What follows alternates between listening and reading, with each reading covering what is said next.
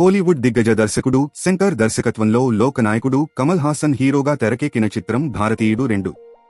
Lyca productions భారీ బడ్జెట్తో నిర్మించిన ఈ చిత్రం జూలై 12న ప్రేక్షకుల ముందుకు వచ్చింది. అయితే మూవీ ఫస్ట్ షో నుంచే మిక్స్ టాక్ రావడంతో కలెక్షన్స్ తగ్గుముఖం పట్టాయి.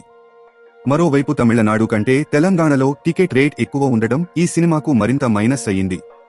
దీంతో ఈ సినిమా విషయంలో చిత్ర యూనిట్ కీలక నిర్ణయం తీసుకుంది.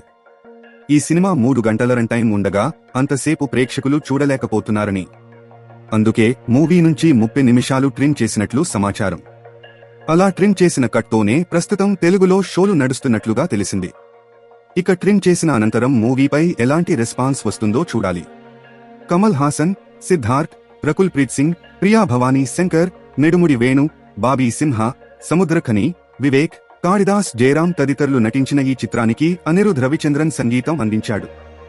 ఈ సినిమా కథ విషయానికి వస్తే, చిత్ర అరవిందన్ కు సామాజిక స్పృహ ఎక్కువ.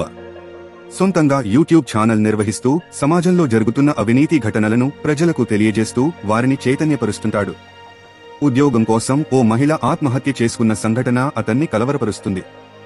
అందుకు కారకులైన వారిని శిక్షించాలంటూ అరవిందన్ చేసే పోరాటం ఫలించదు. దీంతో తీవ్ర నిరాశకు లోనైన అతను భారతీయుడు మళ్లీ రావాలంటూ సోషల్ మీడియా ద్వారా విస్తృతంగా ప్రచారం చేస్తాడు. ఈ నేపథ్యంలో తైవాన్ రాజధాని తైపీలో ఉంటున్న భారతీయుడు ఇండియాకు తిరిగొస్తాడు. భారీ స్థాయిలో అవినీతికి పాల్పడుతున్న కొందరు బడాబాబులను అంతమొందిస్తాడు. అదే క్రమంలో అవినీతికి వ్యతిరేకంగా యువతలో చైతన్యం నింపుతూ రహస్యంగా తన కార్యకలాపాలను నిర్వహిస్తుంటాడు.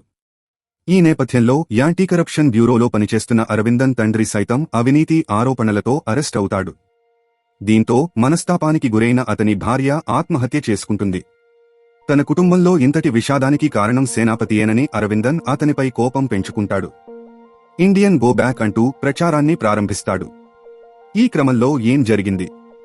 అవినీతిని అంతమొందిస్తానని తిరిగొచ్చిన సేనాపతిపై సామాన్య ప్రజలు కూడా తిరగబడటానికి కారణాలేమిటి? భారతీయుడి అసలు లక్ష్యం ఏమిటి? అన్న ప్రశ్నలకు సమాధానంగా మిగతా చిత్రకథ నడుస్తుంది.